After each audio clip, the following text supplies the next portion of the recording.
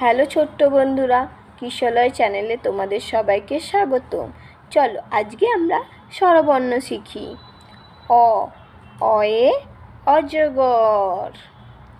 আ, আয়ে আনারস। হর্ষই, হর্ষইতে ইঁদুর। দীর্ঘই, দীর্ঘইতে ঈগল।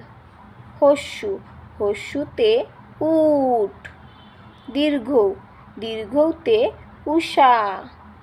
রি, রিতে ঋষি।